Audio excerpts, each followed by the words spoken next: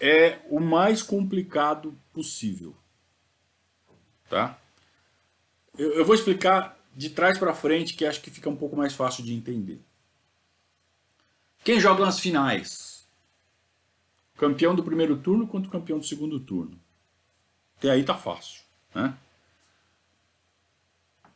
Você tem então um primeiro turno, você joga o primeiro turno, zera tudo, começa o segundo turno, campeão do primeiro turno contra o campeão do segundo turno, certo? Beleza. Como funciona cada turno? 19 rodadas, Conrado. Não. Não, é uma puta de uma zona. Vai, senta. Cada turno. Cada turno tem 4 fases: seletiva, fase regular, octogonal e finais. Cada turno tem 4 fases. Tá bom? Vamos de trás para frente, de cada fase. Então você tem as finais. As finais são disputadas pelos campeões do octogonal. O octogonal é a terceira fase. Só que na verdade não é um octogonal, são 2 quadrangulares. Você tem 8 times, grupos de 4, eles jogam entre si, o campeão de cada um joga a final do turno. Tá? Então a quarta fase são as finais, a terceira fase é o octogonal, com 2 quadrangulares. A segunda fase é a fase regular, onde todo mundo joga contra todo mundo. 19 jogos. Para que joga isso daí? Para classificar para o octogonal. Quem classifica para o octogonal? Os 6 primeiros da fase regular. Porra, mas é um octogonal. E os outros 2? Os outros 2 vêm da primeira fase, que chama seletiva. Então a seletiva é um atalho para a terceira fase. Então se você ficar entre os 2 melhores da seletiva, você já está na terceira fase. Mas você joga a segunda fase porque você tem que jogar, para cumprir a tabela. Deu para entender? Para complicar só um pouquinho mais, por questões de calendário, quem estava jogando o Campeonato Brasileiro não jogava a seletiva. Então a seletiva foi jogada só pelos times menores do interior. Então automaticamente você tinha no octogonal 2 times bem fracos, que tinham vindo da seletiva. Os times que não jogavam o Campeonato Brasileiro. Não importa quem fosse, quem eram, mas o Palmeiras está jogando a fase regular do primeiro turno e precisa ficar entre os 6. O Palmeiras fica em 11º para o octogonal do primeiro turno. O Palmeiras é eliminado, fica em 11º lugar no primeiro turno. Ridículo, ridículo. Como consolo, São Paulo e Corinthians também foram eliminados. Quem faz a final do primeiro turno? Ponte e Guarani. Que eu venho falando. Ponte e Guarani eram times fortíssimos. Fortíssimos. Fizeram a final do primeiro turno. Teve um aí que apareceu num dos periscates aí passados. Que Ponte Preta forte, que não é a Ponte Preta de hoje.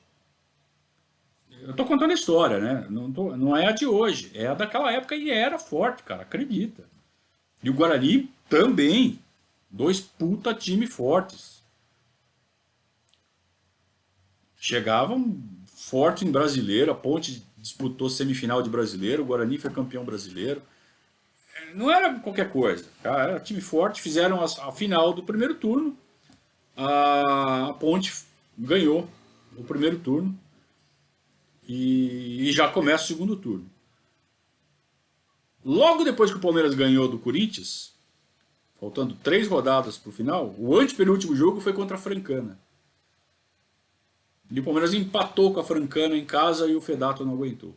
Sai o Fedato, entra o Jorge Vieira. Então, ó, começamos o ano com o Dudu, passamos pelo Fedato e agora estamos com o Jorge Vieira já. Primeiro turno. E aí tem que jogar o segundo turno jogar tudo no segundo turno. Enquanto os classificados jogam o octogonal do primeiro turno, os desclassificados já jogam a seletiva. Olha que esperta a Federação Paulista. Faz todo mundo ficar jogando ao mesmo tempo, ninguém ficar parado. Então, os melhores estão jogando o octogonal e decidindo o primeiro turno. Os piores já estão jogando a seletiva do segundo turno. Se você está jogando o octogonal do primeiro turno e é eliminado, você não tem a chance de jogar a seletiva, que é um torneio fácil. Era muito injusto. E vejam, quem se classifica para a fase final do segundo turno? Quem ganha a seletiva? Palmeiras, São Paulo e Corinthians. Na verdade, no segundo turno era um triangular. Eu não sei se mudaram, porque tinha os três. Que era diferente do primeiro turno, que só entrava dois. Entrou os três. Eles fizeram um torneio triangular. Não, teve um octogonal. Não. Oh, desculpe. Octogonal do segundo turno, tá certo. Não, o Corinthians não. Eu tô falando bobagem. Classifica o Palmeiras e o São Paulo. Era isso. Tá? Então nessa seletiva, essa seletiva era um triangular. São Paulo, Palmeiras e Corinthians. Isso. A fase final da seletiva classificaram os três. Fizeram um triangular, São Paulo, Palmeiras e Corinthians. O São Paulo empata com o Corinthians e ganha do Palmeiras. Aí o Palmeiras precisa ganhar do Corinthians na última rodada, se quiser ficar entre os dois primeiros e ir para o octogonal. Consegue. Então essa foi uma grande vitória. Acho que uma das maiores do ano. Você estava jogando a seletiva para classificar já para a fase final do segundo turno, e era um derby decisivo. E o Corinthians jogava pelo empate. O Palmeiras tinha acabado de perder do São Paulo. Precisava ganhar do Corinthians. O Palmeiras ganha de 1-0 do Corinthians, gol do Freitas. Freitas, um daqueles refugão que tinha vindo no ano anterior, né? Vocês lembram? Do Coritiba, o cara do gol do Fantástico. E aí o Palmeiras joga todo o segundo turno já classificado para o octogonal. Então joga de forma desinteressada, joga de qualquer jeito. Tô nem aí.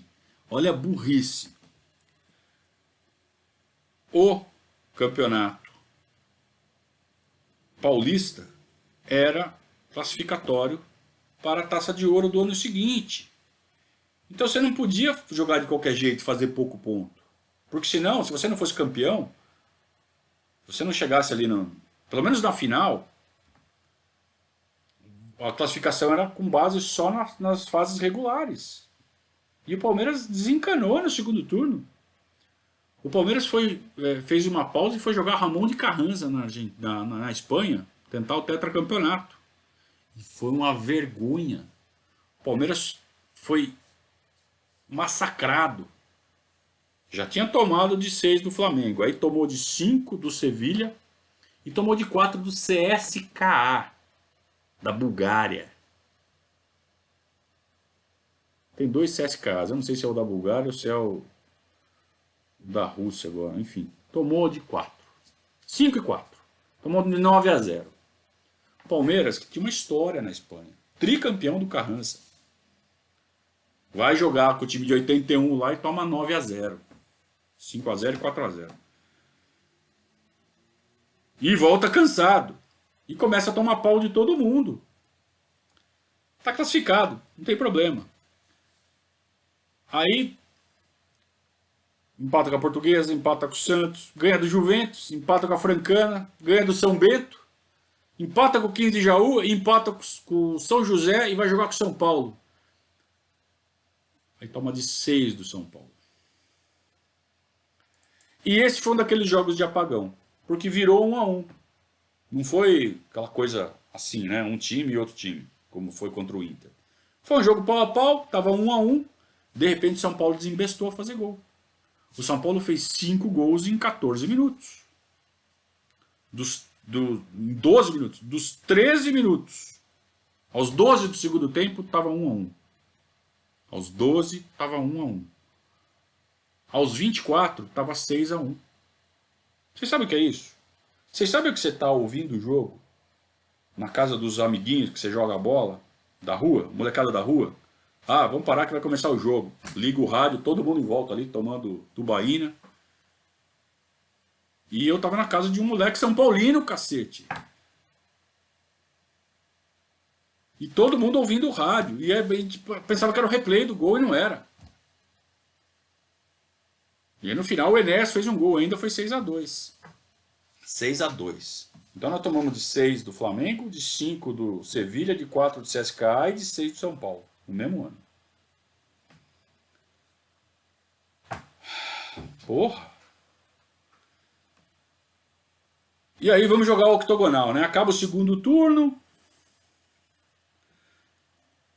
Eu falei do Enéas, né? O Palmeiras contratou o Enéas da Portuguesa, o melhor jogador da história da Portuguesa. Ele tinha ido pro Bolonha da Itália, volta do Palmeiras vai buscar ele na Itália, do Bolonha. Um puta do craque. Ele foi um bom jogador aqui no Palmeiras, mas não o craque que ele parecia ser na Portuguesa.